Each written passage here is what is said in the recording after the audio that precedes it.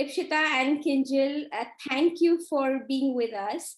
You are a young, very young family. So, and when did you immigrate and what prompted this move?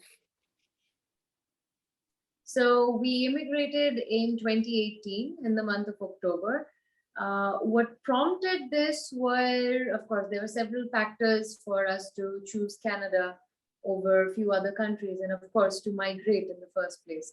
One of them being, of course, all the benefits that government has to offer to all its PR holders, of course, citizens as well.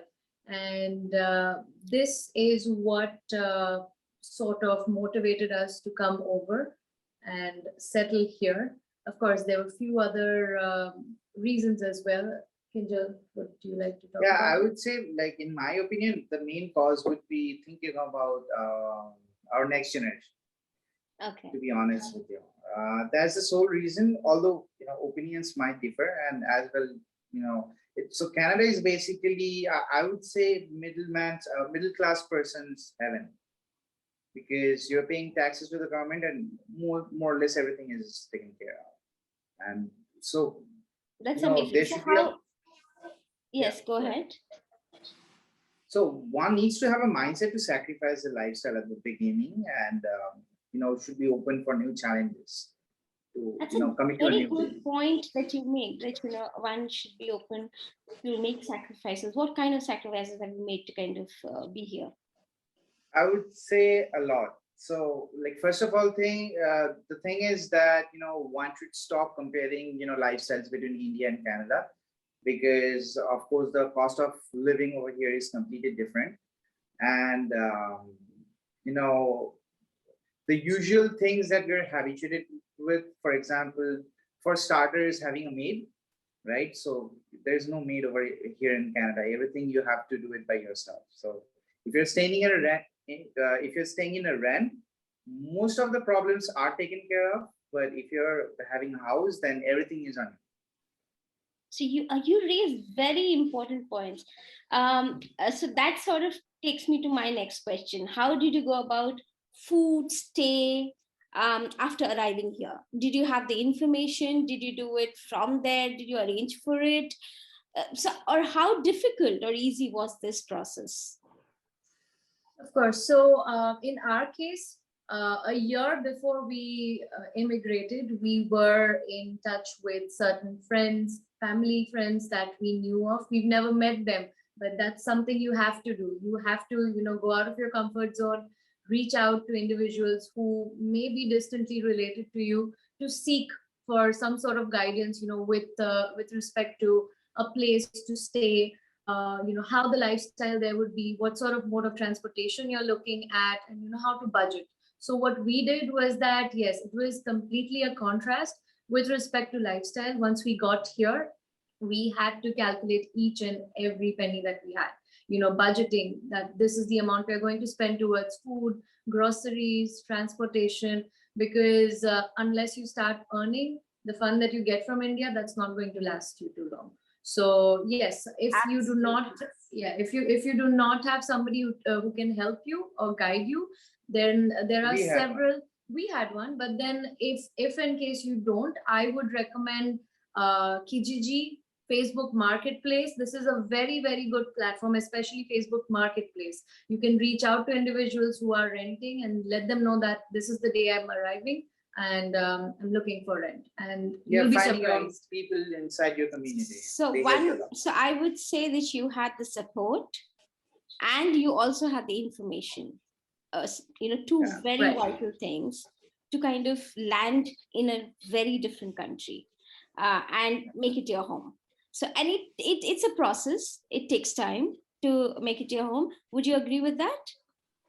Absolutely. Yes, I think the biggest hurdle that faces you once you first come is find a place to stay in, and it's very competitive market. So like you have to do research before coming here. Yes.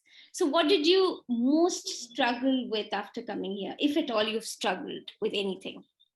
And I'm did you sure. overcome that? Yes, yes, absolutely. So if you, and it goes out to most of, the people who are looking to come over here, if you feel that, okay, it's going to be an easy move, well, no, it's not. For us, we left a very comfortable lifestyle, a very comfortable job that we both had back in India. And we moved to a completely foreign land without a job. So the biggest struggle was, of course, getting your resume as per the norms of the market. So if you are used to a long CV back in your hometown, then that is completely opposite here. You have to summarize it all in one page or two page, and go into the market and look out for jobs. The best part, I would say, is that everything here is regulated. You have a certification for each and everything. So if you know that, okay, this is the type of job or this is the profile that I'm looking to continue in Canada, do your due diligence, do your research. If you want to study, there are several colleges that are offering that to you. Or if you don't want to do it, it's completely fine. You will ultimately land a In job. short, basically, there's no specific person who will look into your CV. So the keywords should be matching properly. And I think one of the biggest hurdles were, figuring out how the transportation works and finding a place where you need your day-to-day things, like for example, grocery or So stuff. if I may ask, where exactly do you reside now? We stay We at stay in an apartment in Mississauga. So Mississauga is, So, yes. how did you go about choosing Mississauga? I think it happened. It happened because the first time we landed, the first rent that we got was in Mississauga, and then Okay. we immediately were introduced to a community, and because we arrived in October, and in 2018 in October there was Durga Puja, right? So Okay. because of the Durga Puja thing, and there were a lot of Bengalis that we immediately connected with, Okay. and they actually helped. So right now we stay at a location where the Hurandari Street and the highway is just We are well connected. Again, I would say, yes, if you are comparing Mississauga with Toronto, definitely you do not have streetcars, you do not have the subway, but Mississauga also has its own transportation in the form of bus, which is my way. So luckily, the areas that we stay at, or we've stayed in the past, we've had frequent buses that come and go almost every 5 to 10 minutes. So it's not much of a struggle in Mississauga. And also, as you asked, what prompted us to move to Mississauga? Yes, initially we were not really aware where we are about to stay, but once you get to know, the map of Toronto, the map of the Greater Toronto area, and of course, the biggest factor is your job. If your job is in a certain place, I would recommend you move, at least 10 to 20 minutes away from that place by local transport. everything is available. It's just that it's not that close that you can really literally walk and reach. That's it. Excellent. So it seems that you're super happy with Mississauga. Okay. Coming to my next question, did you think that you had enough information support from the government? And do you, as immigrants, feel that there should be more of that, or you think there is enough of that?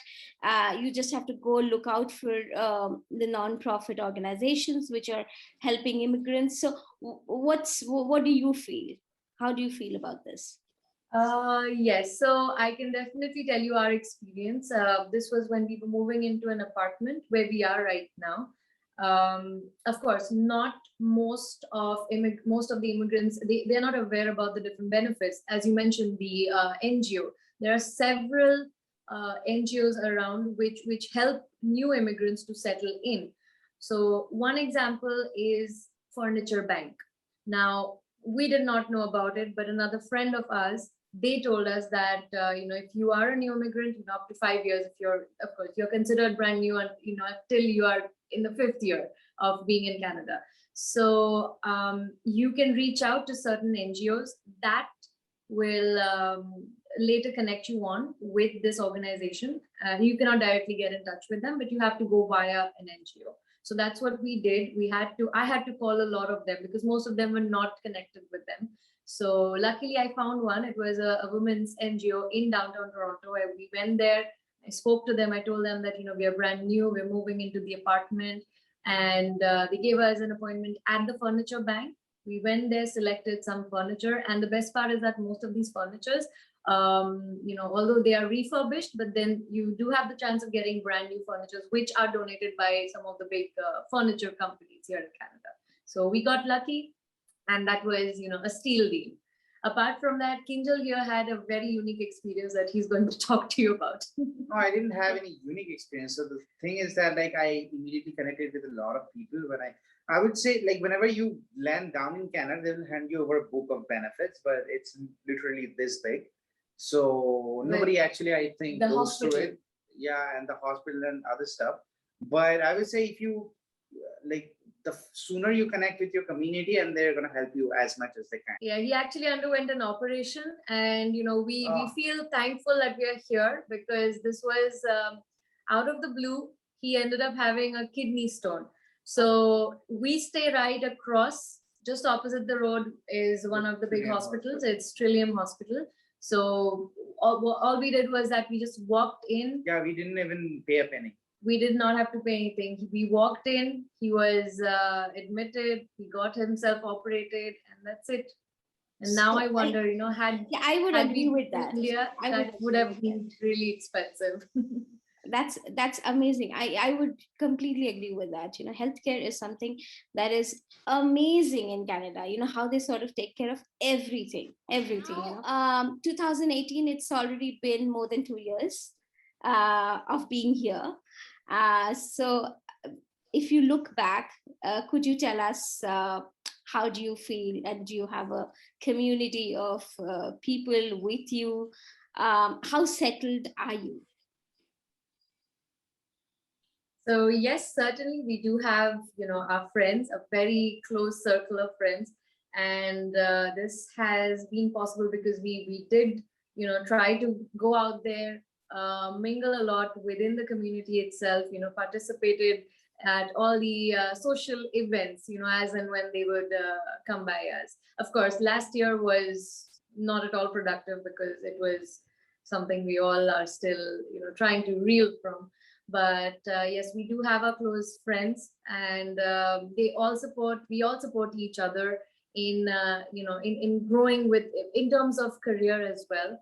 So we are sort of comfortable over the past 2 years. In short, I would say right now at this point of time, I think we feel that thank God we took the decision. And yes, we do miss our home, back in India.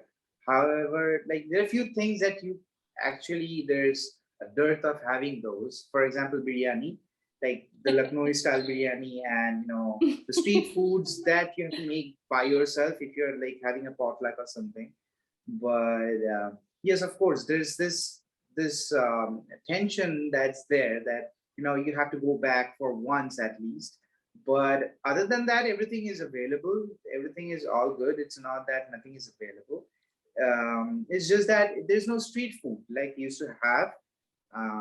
And those times, whenever you're coming out from office and suddenly you decide to meet your friends over a tea shop or something, those things don't happen here, only on weekends. So work is so strenuous, I would say, that it really takes up a lot of energy, but you save those energy to party in the weekends. You have to go and physically meet your friends. So, but overall, it balances out. And last but not the least, your favorite place to hang out in Mississauga? There's a lot, actually. Such as? So we usually would go to downtown because one of our friends actually stay there. Okay. So downtown is a very unique place because. So we go to Toronto downtown basically, not much at Mississauga, but Toronto downtown, the harbourfront area. So that's a very beautiful place to visit, especially because we have friends who live there as well. So nothing like it. So we just stroll around at the harbourfront. Yeah, even just walking around the lanes is very resourceful because there's a lot of people over there. So there's life. So Like you'll have patios and different kind of shops, and so things are flashy. So you can see a It's lot of very things. vibrant. So It's very vibrant. That's a beautiful place that we always, love to visit.